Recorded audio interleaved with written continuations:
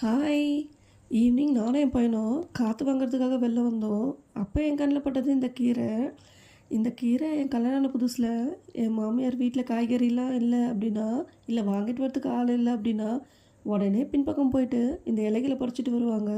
என்னடா இது குப்பையிலேருந்து இலைகளை பறிச்சிட்டு வராங்க அப்படின்னு சொல்லிட்டு நான் சாப்பிடவே மாட்டேன். அதுக்கப்புறம் தான் தெரிஞ்சுது இது மருத்துவ குணமுள்ள கீரைன்னு சொல்லிட்டு.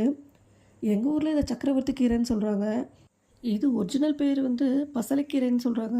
பசலையிலே பல வகைகள் இருக்குது. எங்கள் வீட்டில் இருக்கிறது வந்து செடி பசலை. இதோட இலைகளை பறித்தாலும் அதோட காம்பு துளிர்த்து வரும். இதோட பூ வந்து பார்த்திங்கன்னா பிங்க் கலர் இல்லைன்னா பர்பிள் கலரில் வருது. இது வந்து உடம்புக்கு ரொம்ப நல்லது. இந்த கீரையில் அயன் சத்து இருக்குது. அனிமியாக இருக்கவங்க இந்த கீரையை சாப்பிட்லாம். சுகர் இருக்கவங்க, அதுக்கப்புறம் தோல் சம்மந்தமான பிரச்சனை இருக்கவங்க, பைல்ஸ் இருக்கவங்க, அவங்களாம் இந்த கீரையை சாப்பிட்லாம்.